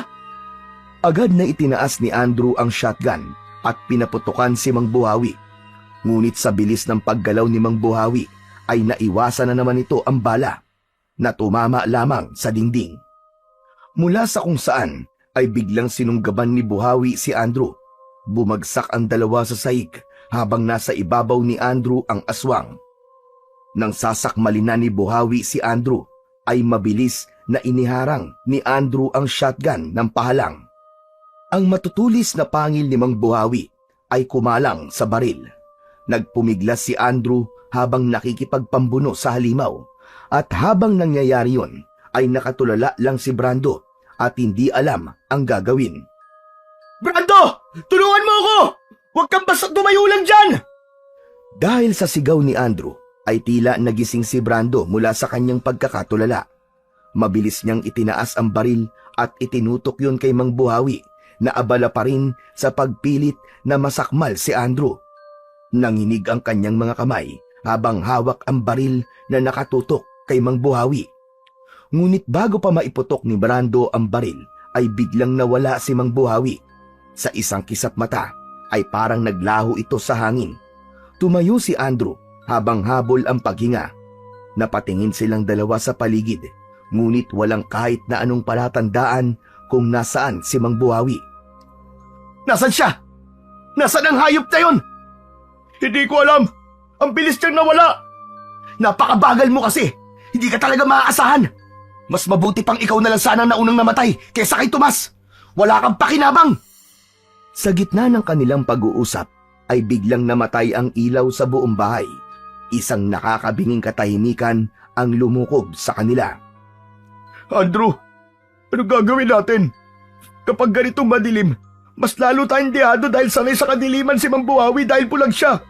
Tapos, kabisado pa niya tong buong bahay niya. Kaya nga may baril tayo, di ba? Gamitin mo yan. At wag lang ang baril ang gamitin mo, kundi pati utak mo, gunggong.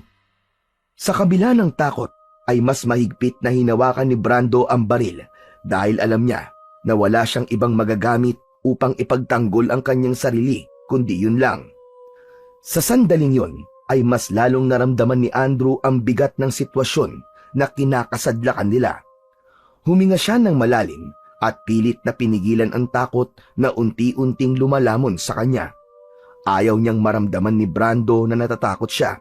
Kahit alam niya na mas tama na umalis na sila sa bahay ni Mang Buhawi, ay ang pride at ego niya ang pumipigil sa kanya. Sa grupo nila, siya ang leader, ang laging walang inaatrasan. Kaya kahit na aswang na ang kalaban nila at nasa mismong bahay pa sila nito, ay nais pa rin niyang patunayan na wala siyang kinatatakutan. Kinumbinsi na lang ni Andrew ang sarili na mas lamang sila kay Mang Buhawi dahil bulag ito. Ngunit nang biglang namatay ang ilaw, napagtanto niya ang isang mapait na katotohanan. Sa dilim na yon, para na rin silang bulag tulad ni Mang Buhawi. Ando, kailangan natin maghiwalay. Ano sabi mo? Maghiwalay? Hindi, Andrew, ayoko, hindi ko kaya. Mas mabuti kung magkasama tayo. Hindi ka ba nag-iisip? Ang mo talaga. Paano natin mahahanap ang matandang aswang na yon kung magkasama tayo? Mas mabilis natin siya matutunton kung maghihiwalay tayo. Ikaw sa baba, ako sa taas. Hindi, Andrew, ayoko. Hindi ko kaya mag-isa. Mas mabuti kung magkasama tayo, natatakot ako eh. Kahit ngayon lang, Brando. Kahit sa pagkakataon lang na to, ay magpakita ka naman ng kahit konting tapang. Lagi ka nalang takot. Lagi ka nalang umaatras. Kung gusto mo mabuhay, Sumunod ka na lang sa sinasabi ko! Hindi na nagsalita si Brando sa sinabi ni Andrew. Alam ni Andrew na tinamaan ito sa mga sinabi niya. Huminga ng malalim si Andrew at tumalikod na kay Brando. Inisip niya na kontrolado pa rin niya ang sitwasyon kahit sa loob niya ay ramdam niya ang matinding kaba. Maraan at pakapaka pa siyang naglakad papunta sa hagdan. Sa wakas, naramdaman na ni Andrew ang unang baitang ng hagdan gamit ang kanyang sapatos. Dahan-dahan niyang iniangat yun. Mahigpit ang hawak niya sa shotgun habang ang pawis ay tumutulo sa kanyang noo. Maraan ang bawat hakbang ni Andrew habang inaakyat niya ang hagdan. Pagdating niya sa itaas, hinanap niya ang mga switch ng ilaw gamit ang kanyang kamay. Kinapa niya ang dingding hanggang sa nahawakan niya ang isang switch. Agad niya yung pinindot, ngunit nanatiling madilim ang paligid. Pinindot niya yon ng paulit-ulit pero walang nangyari. Walang hiya ka, Buhawi! Talagang pinatay mo pa ang main switch! Napapikit si Andrew sandali at kinalma niya ang kanyang sarili. Wala na siyang nagawa kundi ang sanayin ang sarili sa dilim at gamitin ang kanyang pandama upang mabuhay. Tahimik siyang nagpatuloy sa paglalakad sa pasilyo. Habang naglalakad siya, ay napahinto siya nang marinig niya ang mabibigat na yabag sa kanyang unahan. Ang yabag ay mabilis na palapit sa kanyang kinatatayuan. Agad na itinutok ni Andrew ang shotgun sa unahan at nagpakawala siya ng isang putok. Sandaling nagkaroon ng konti at mabilis na liwanag nang kalabitin niya ang gatilyo at sandali niyang nakita si Mang Buhawi na pasugod sa kanya. Bago pa man makakilos si Andrew, ay naramdaman niya ang matatalas na kuko ni Mang Buhawi na bumaon sa balikat niya. Napasigaw siya nang dahil sa sakit. Hayop ka! Bitiwan mo ako! Papatayin kita! Hindi niyo ako mapapatay. Wala kayong laban sa akin kahit hindi ako nakakakita. Ngayon, anong pakiramdam na wala rin kayong makita kagaya ko? Nagpumigla si Andrew at pilit na itinulak si Mang Buhawi gamit ang natitira niyang lakas, hanggang sa nagawa niyang makawala kay Mang Buhawi. Mabilis siyang tumayo at hindi na muna niya ininda ang kanyang mga sugat. Tumakbo siya habang pakapaka pa sa dingding. Nang may nakapa na pinto si Andrew, ay agad niya yung binuksan at mabilis na isinarado. Naghanap siya ng mapagtataguan at sa wakas, may nakapa siya na isang kabinet. Binuksan niya yon at mabilis na pumasok sa loob. Maingat na isinarado niya ang pinto ng kabinet. Napangiwi si Andrew nang maramdaman ang sakit mula sa sugat niya sa magkabilaan niyang balikat. Ngunit wala siyang nagawa kundi pigilan ang sarili na gumawa ng kahit na anong ingay. Hindi ako pwedeng mamatay dito. Kailangan maunahan ko ang Mang Buhawi na yon. Halos hindi na makahinga ng maayos si Andrew sa loob ng masikip na kabinet. Ang bawat kaluskos mula sa labas ng kabinet ay nagdudulot sa kanya ng matinding kaba. Makalipas lang ang ilang sandali, narinig ni Andrew ang mahinang pagbukas ng pinto sa kwartong kinaroroonan niya. Napalunok siya, ngunit pilit niyang nilalabanan ang takot hanggang sa narinig niya ang mabigat na yabag na papalapit sa kabinet kung saan siya nakatago. Huminto ang yabag sa harap mismo ng kabinet. Biglang bumukas ang pinto ng kabinet. Mabilis na ikinasa ni Andrew ang shotgun at itinutok niya yon sa kanyang unahan. Kahit wala siyang nakikita, sigurado siya na si Mang Buhawi ang nasa harapan niya. Walang pag-aalinlangan na pinaputok niya ang shotgun na sinundan ng tunog ng katawan na bumagsak sa sahig. Agad na lumabas si Andrew sa kabinet. Muntik pa siyang matumba nang matapakan niya ang katawan na nasa sahig. Isang malaking ngiti ang sumilay sa labi niya dahil naisip niya na nagawa na niyang patayin si Mang Buhawi sa isang bala ng shotgun. Ano ka ngayon, ha? Hayop ka! Akala mo lakas-lakas mong aswang ka? Isang bala ka lang pala eh! Wala ka palang binatbat sa akin eh! Ano? Bumangon ka dyan! Bumangon ka! Sinipa ni Andrew ang nakahandusay na katawan ng paulit-ulit. Doon niya ibinuhos ang galit na kanina pa niya pinipigilan. Malakas pa siyang tumawa at inisip na napatay na niya si Mang Buhawi. Habang paulit-ulit na sinisipa ni Andrew ang katawan sa sahig, ay biglang bumukas ang mga ilaw sa buong kabahayan. Nang bumaha ang liwanag, ay napahinto siya sa pagsipa sa nakahandusay na katawan. Ang yabang at galit sa kanyang muka ay biglang napalitan ng matinding gulat nang mapagtanto niya na hindi si Buhawi ang binaril niya, kundi si Brando. May tama ng baril sa dibdib si Brando at halos maligo na ito sa sarili nitong dugo. Hindi na yun gumagalaw at sa tingin niya ay patay na ang kawawang si Brando. Agad niyang ibinaba ang shotgun at lumuhod sa tabi ni Brando. Hinawakan niya ito sa balikat at malakas na niyugyug. Brando! Brando, gumising ka! Hindi ko sinasadya! Akala ko kasi si Buhawi ka eh! Brando! Gising!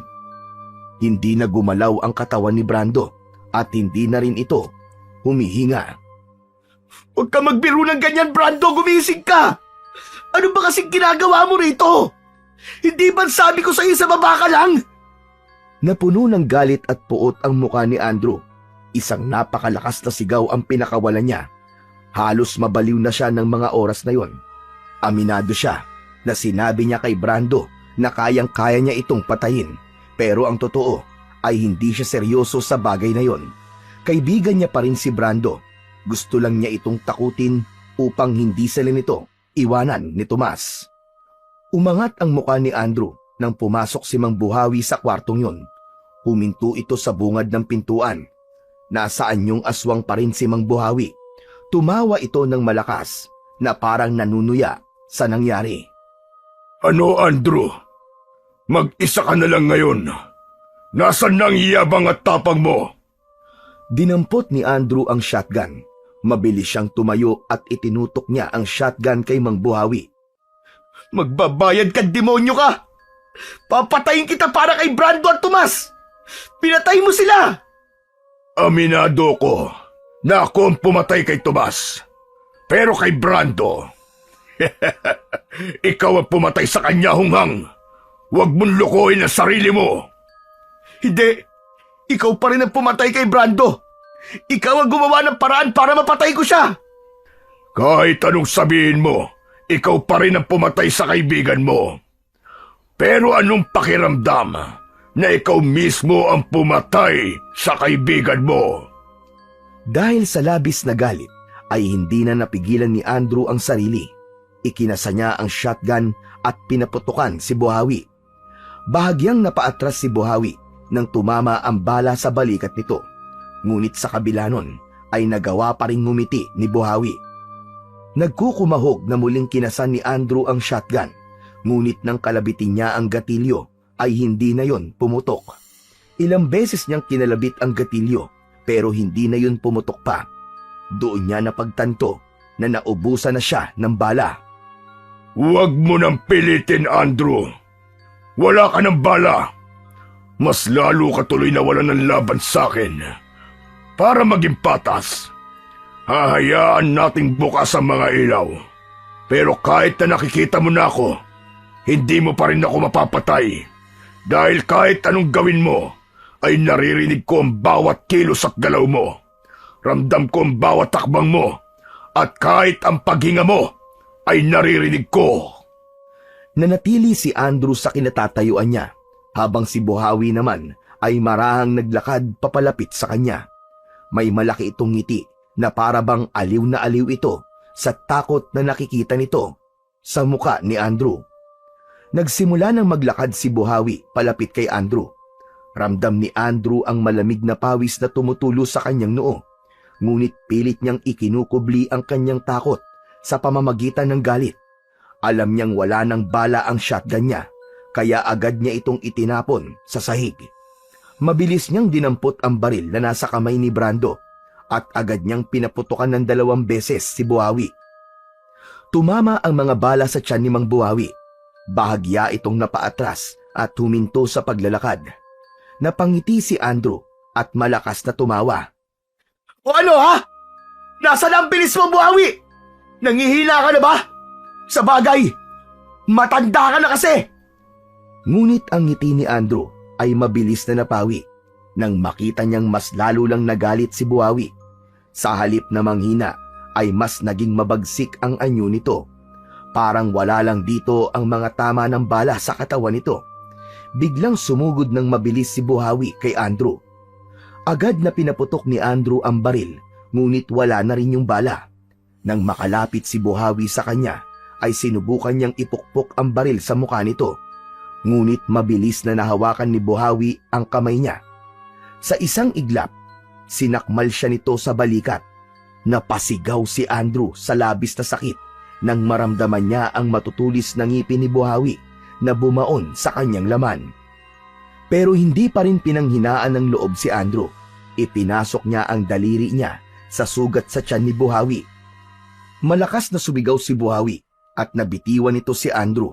Napaluhod si Buhawi habang hawak ang sugat sa tiyan. Sinamantala ni Andrew ang pagkakataon na yon. Mabilis siyang tumakbo papunta sa nakabukas na pinto ng kwarto upang tumakas. Ngunit bago pa siya makalabas, ay naramdaman niya ang kamay ni Buhawi sa braso niya. Hinila siya ni Buhawi pabalik at malakas siya nitong ibinilibag sa sahig. Sa lakas ng pagkakahampas ni Andrew sa sahig, ay halos mawala na siya ng malay. Pinilit niyang tumayo, ngunit hindi niya na magawa. Lumapit si Buhawi kay Andrew at huminto ito sa tabi niya. Patayin mo na ako! Yun naman ang gusto mo, di ba? Gawin mo na! Patayin mo na ako! Hindi pa kita papatayin, Andrew. Paglalaruan at pahihirapan mo na kita. Sa kabila ng sitwasyon ni Andrew, ay hindi pa rin siya pinanghinaan ng loob. Iginala niya ang mata niya sa paligid upang maghanap ng bagay na maaari niyang gamitin upang labanan si Buhawi. Napansin niya ang isang nakabukas na lampshade malapit sa kanya. Inipon ni Andrew ang natitira niyang lakas at tumayo siya. Inalis niya ang takip ng lampshade at binasag niya sa dingding ang bombilya nun. Buong lakas niyang itinarak ang dulo ng lampshade sa sugat ni Buhawi sa tiyan. Nangisay si Buhawi nang dumaloy sa buong katawan nito ang kuryente. Ilang sandali pa ay bumagsak si Buhawi sa sahig at nawalan ito ng malay. Halos hindi makapaniwala si Andrew na nagawa niyang mapabagsak si Buhawi sa pangalawang pagkakataon. Hindi na siya nag-aksaya ng oras. Agad siyang naghanap ng maaari niyang magamit upang itali si Buhawi. Sa isa sa mga drawer ay nakakita siya ng makapal na lubid. Agad niyang ginamit ang lubid upang itali ng mahigpit ang buong katawan ni Buhawi. Tinalian niya ang mga kamay, paa at maging ang leeg nito. Matapos yon ay naisipan ni Andrew na umalis na, ngunit naalala niya na nung sinubukan ni Brando na buksan ang main door ay hindi nito yon nabuksan. Naisip niya na merong susi para doon. Nagmamadaling lumabas ng kwartong yon si Andrew at inisa-isa niya ang mga kwarto sa second floor. Nang makarating siya sa isang kwarto na halatang silid-tulugan ni Buhawi, ay agad niyang napansin ang isang susi na nakapatong sa ibabaw ng isang drawer. Kinuha niya yon at nagdasal siya na sana ay yun na ang susi sa main door. Pero nang palabas na siya sa silid na yon, ay bigla siyang huminto. Isang ideya ang sumagi sa isip niya na baka may iba pang bagay na mahalaga sa kwarto ni Buhawi na maaari niyang mapakinabangan. Sinimulan niyang buksan ang iba pang mga drawer. Napangiti ng malaki si Andrew.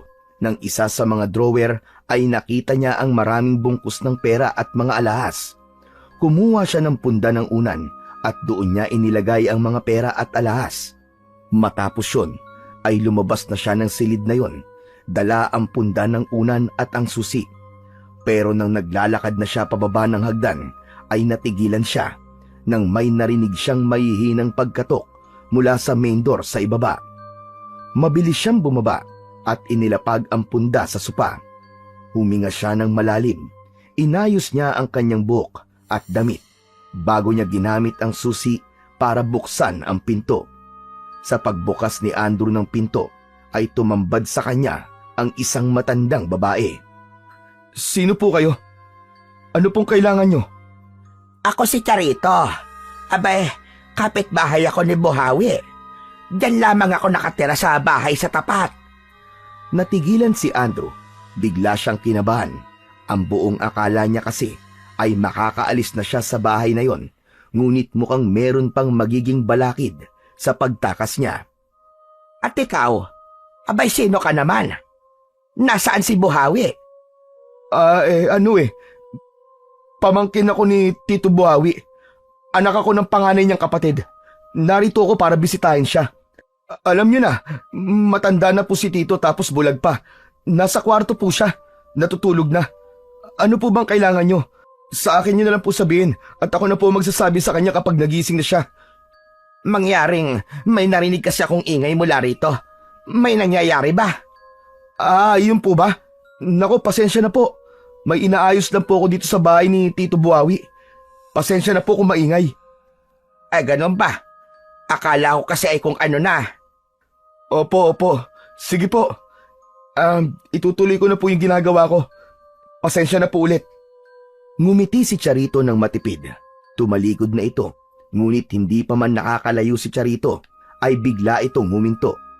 Humarap itong muli kay Andrew. Bakit po? Alam kong nagsisinungaling ka. Ano po ba sinasabi niyo? Alam ko na walang kapatid si Buhawi. Wala siyang pamilya. Wala siyang pamangkin. Napaatras si Andrew. Pilit niyang inisip ang susunod niyang sasabihin. Ngunit bago pa siya makapagsalita, ay biglang nagbago ang anyo ni Charito. Sa isang iglap, ang matanda ay naging isang aswang na may mapupula at nanlilisik na mga mata. Ang matutulis itong mga ngipin ay lumitaw sa nakangisi nitong bibig.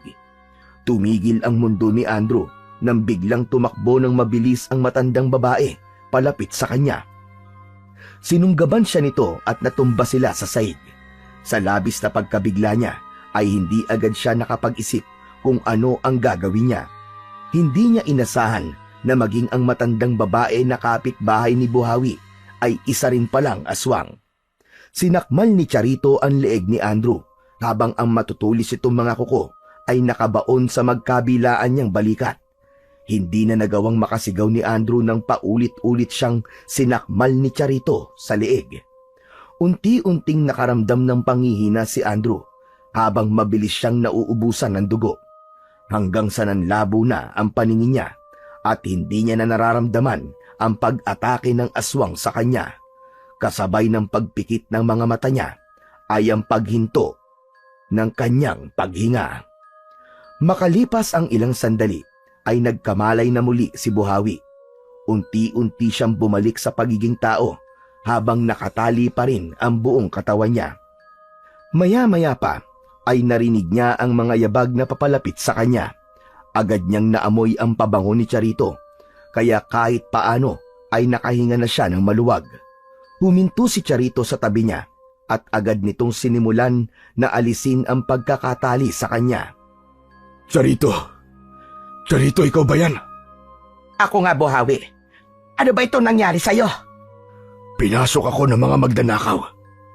Nang tuluyan na siyang mapakawalan ni Charito, ay umupo siya sa sahig. Nasaan na sila, Charito?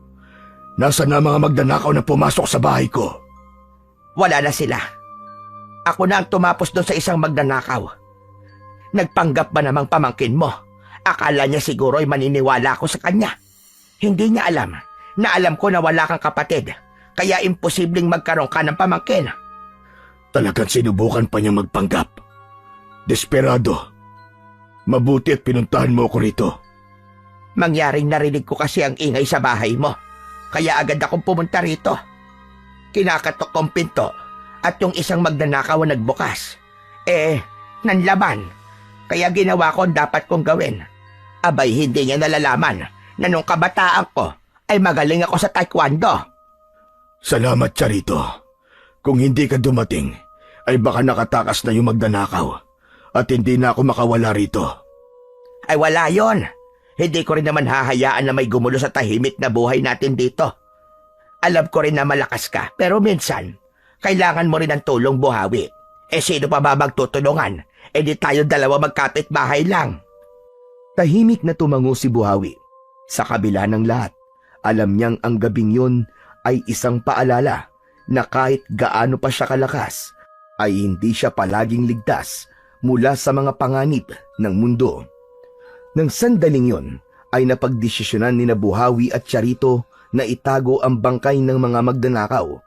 Sinabi ni Buhawi kay Charito na maaari nilang ilibing ang mga magnanakaw sa basement niya. Nagtungo sila roon, dala ang piko at pala. Gamit ang piko ay sinira ni Buhawi ang sementong sahig ng basement at saka siya naghukay ng malalim. Isa-isa nilang inihulog sa hukay ang katawan ng 3 magnanakaw at tinabunan yon ng lupa. Ay, sa wakas, tapos na rin. Sementohin na lang natin ito sa ibang araw. Charito, mangako ka sa akin. Nadadalhin natin ang sikreto na to hanggang sa huling hininga natin. Nangangako ko, Buhawi. Walang makakaalam ng nangyari dito sa bahay mo. Dadalhin ko ito sa hukay. Pinapangako ko yan sa'yo. Itaga mo sa bato. Maraming salamat, Charito. Napakalaki na ng utang na loob ko sa'yo. Matapos yon ay umalis na ang dalawa sa basement.